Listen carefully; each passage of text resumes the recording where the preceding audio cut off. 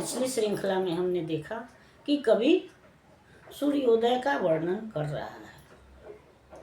मुर्गे की बांग के साथ सूर्योदय हो रहा है, प्रकृति का कण सजग हो गया है, चिड़ियाओं से आकाश भरा हुआ है, लोग भी अपने अपने कार्यों में लग गए हैं, दैनिक दिनचर्या में लगे हुए हैं। और अब इस तरह से क्या है कि रात, भीगी रात यानी कि जाड़े की ऋतु है, ओस गिरा हुआ है।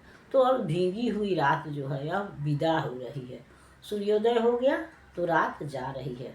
वही बात है कि एक आता है दूसरा जाता है, या आने जाने का क्रम जो है वह प्रकृति में लगा ही रहता है। दिन के बाद रात, रात के बाद दिन, या वही सुख और दुख। तो अब भीगी हुई रात जो है वह विदा हो रही है, और जैसे ओस के जो कण गिर रहे हैं वह लगता है जैसे कि वह क्या है, वो सूर्य की लालिमा यहाँ पर क्या बोल रहा है कि यह रात की जो है रोने से जो हमारी आंखें लाल हो जाती हैं, तो वह प्रकृति रात की लाल लाल आंखें हैं। और उसका दूसरी बात है कि जब हम कमज़ोर होते हैं, बीमार होते हैं, तो हमारा शरीर जो है वह पीला हो जाता है। तो सूर्योदय का जो पीलापन है वह, उसको कवि जो है वह रात का पीलापन कहता है, रात्रि का दुख कहता है, क्योंकि वह विदा हो रही है। और तब अपने आंचल का छोर जो कि आंसुओं से भीगा हुआ है उसको वह निचोड़ रही है, और वही बूंदे जो है वह धरती पर उस कणों के रूप में बिखरी हुई हैं। भीगी हुई रात अब विदा हो रही है। और लेकिन हम यह भी देखते हैं, एक ही प्रकृति के नियम के अनुसार कहिए या जैसे भी है, किसी जाने वाले के लिए या रुकने वाले के लिए लोगों की दिनचर्या नहीं रुकती है, बल्कि हम थोड़ा देर रुक करके फिर अपने दैनिक कार्य में लग जाते हैं, अपने क्रियाकलाप में लग जाते हैं।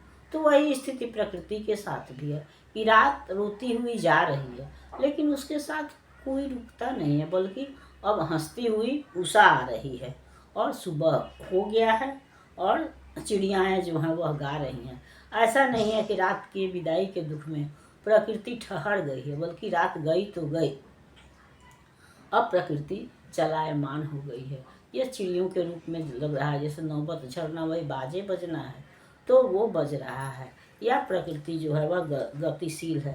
इस तरह से हम देखते हैं कि हम वही बात हमने पहले भी समझा है कि हंसने वाले के साथ हंसते सभी हैं, लेकिन रोने वाले के साथ कोई रोता नहीं है, बल्कि लोग उसका उपहास उड़ाते हैं, उसकी विषम परिस्थितियों का मजाक उड़ाते हैं। तो वही बात कवि कहता है कि रात प्रकृति भी जो है वह निर्मम का मतलब बिना मोह माया की, वह तो रात की चिंता नहीं करती है, बल्कि वह भी दिन के साथ मुस्करा रही है।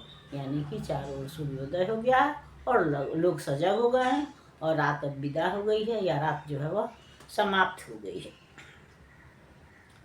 अब हाथ बढ़ा करके सूरज की किरणों से, सूरज अपने किरणों के माध्यम से लग रहा है कि फूलों के से उसके आंसू पोंछ रहा है,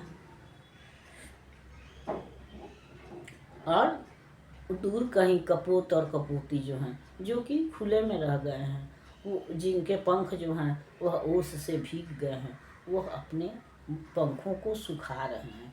इस तरह से प्रकृति का हर कण, हर जीव जंतु जो है वो, जो जितने भी प्राणी हैं, वे सब अपने अपने कार्यों में लग गए हैं। और अब भीगी हुई रात विदा हो रही है, और हंसती हुई उषा आ रही है, यानी सूर्योदय हो रहा है, या सूर्योदय हो गया है। अगली श्रृंखला में हम अगले गीत पर विचार करेंगे। तब तक यह श्रृंखला आपको पसंद आती है तो इसको लाइक कीजिए, सब्सक्राइब कीजिए। मिलते हैं अगली श्रृंखला में, तब तक के लिए धन्यवाद।